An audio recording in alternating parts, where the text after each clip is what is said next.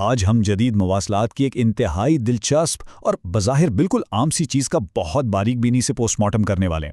ذرا تصور کریں، کوئی طویل تحریر نہیں، کوئی لمبا چوڑا پس منظر نہیں، بس معلومات کا ایک چھوٹا سا ڈیجیٹل ٹکڑا ہے۔ ایک ایسا مائکروسکوپک تجزیہ ہے جو ہمیں حیران کن حد تک یہ بتائے گا کہ آج کے دور میں ہم دراصل کس طرح معلومات کا تبادلہ کر رہے ہیں۔ تو آئیے اس ڈیجیٹل نوٹ کی بالکل تہہ تک پہنچتے ہیں اور دیکھتے ہیں کہ اس بظاہر سادہ سے پیغام کے پیچھے آخر کیا کہانی چھپی ہے۔ تو سیدھا اصل چیز پر آتے ہیں۔ ہمارے پاس جو بنیادی مواد ہے وہ ایک بالکل سادہ اور بغیر کسی سجاوٹ کے دیا گیا پیغام ہے جس میں لکھا ہے نیا نوٹ اور اس کے ساتھ ایک لنک جڑا ہوا ہے۔ بس یہاں کوئی سیاق و سباق نہیں ہے، کوئی یہ بتانے والا نہیں کہ اس لنک پر کلک کرنے سے کیا کھلے گا، اسے کس نے بنایا ہے یا اسے بھیجنے کا مقصد کیا ہے۔ یہ دراصل جدید ڈیجیٹل رابطے کا ایک کلاسک معمہ ہے، ایک بالکل کچا لنک جو اپنی خام حالت میں پڑا ہے۔ سچ پوچھیں تو اس طرح کے پیغامات میں ایک عجیب سی کشش ہوتی ہے، ایک اصرار ہوتا ہے جو ہمیں مزید جاننے پر مجبور کر دیتا ہے۔ پہلا مرحلہ، ایک شارٹ لنک کی اندرونی ساخت۔ آئیے اس کی چیر پھاڑ کر کے دیکھتے ہیں۔ سب سے پہلے اس ویب ایڈریس کے ڈومین کو ہی لے لیں، youtube.b۔ یہ ایک انتہائی کمال کی ٹرک ہے۔ ایک روایتی اور لمبے ویب ایڈریس کو سکیڑنے کے لیے بیلجیم کے country code top level domain یعنی .be کا بہت ہوشیاری سے استعمال کیا گیا ہے۔ یہ نہ صرف برانڈ کی شناخت کو بالکل ویسے کا ویسا رکھتا ہے بلکہ ایک انتہائی مختصر اور یاد رکھنے میں آسان ایڈریس بھی بنا دیتا ہے۔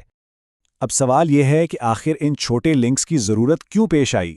URL شارٹنرز کا باقاعدہ ایک ارتقائی سفر رہا ہے۔ دراصل ابتدائی دور میں انٹرنیٹ پر کچھ پلیٹ فارمز جیسے پرانے میسیجنگ سسٹمز یا مائکرو بلاگنگ سائٹس نے حروف کی گنجائش بہت محدود کر دی تھی۔ لمبے لنکس وہاں ساری جگہ گھیر لیتے تھے۔ بس اسی مسئلے کو حل کرنے کے لیے یہ تکنیک ایجاد کی گئی۔ یہ ایک صاف ستھرا اور منٹوں میں شیئر ہونے والا ٹیکسٹ بناتا ہے، لیکن یہاں ایک کیچ بھی ہے۔ یہ ساتھ ہی اس بات کو بھی پوری طرح چھپا لیتا ہے کہ ہماری اصل منزل کیا ہے۔ یہ جدید ڈیجیٹل انفراسٹرکچر کا وہ اہم حصہ ہے جسے ہم اکثر بالکل نظر انداز کر دیتے ہیں۔ اب اگر اس پوری تار کو اس کے بنیادی مولیکولر اجزاء میں توڑا جائے تو یہ واقعی بہت دلچسپ شکل اختیار کر لیتا ہے۔ ہر ایک حصہ اپنا ایک مخصوص کام کر رہا ہے۔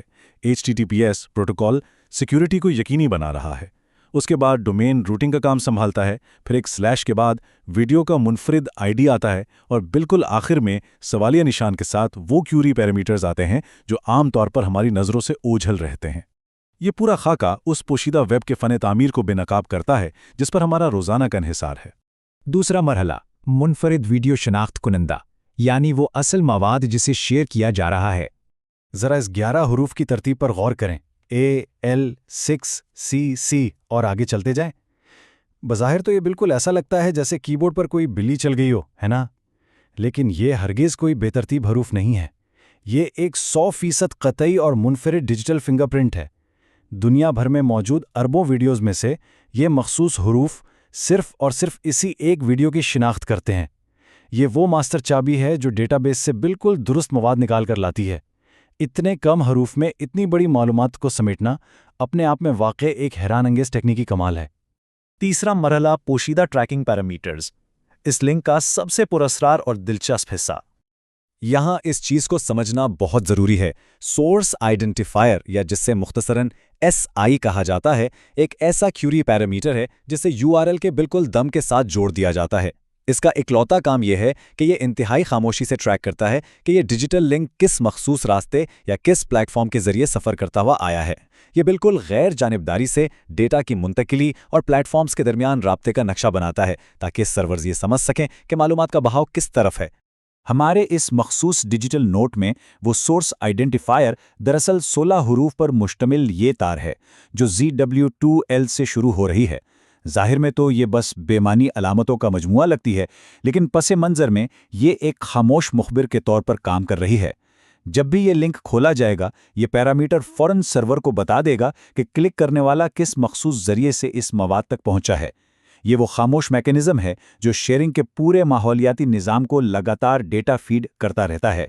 اب اگر ہم ایک طرف اس بنیادی لنک کو رکھیں جو ویڈیو دیکھنے کے لیے 100% کافی ہے اور دوسری طرف اس مکمل لنک کو دیکھیں جس میں اضافی ٹریکنگ ڈیٹا بھی جڑا ہے، تو یہ موازنہ صورتحال کو بالکل صاف کر دیتا ہے۔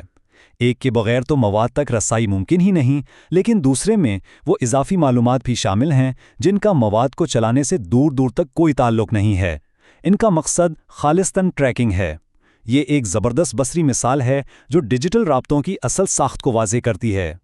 چوتھا اور آخری مرحلہ، جدید ڈیجیٹل تبادلہ۔ اس سارے مائکروسکوپک تجزیے کا وسیع تر مطلب کیا ہے؟ یہ سارا ڈھانچہ ہماری آج کل کی ڈیجیٹل زندگی کی ایک بالکل سچی تصویر پیش کرتا ہے۔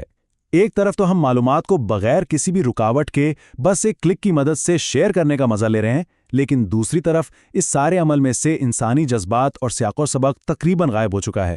انسانوں کی جگہ مشینوں کی زبان نے لے لی ہے، اور اس کے ساتھ ہی پس منظر میں ٹریکنگ کا ایک وسیع اور پوشیدہ نظام مسلسل اپنا کام کر رہا ہے۔ سب سے بڑی بات یہ کہ ان لنکس کے ایک نامعلوم سی کشیدگی ہمیشہ موجود رہتی ہے، ایک تجسس کہ آخر اس پار کیا ہوگا۔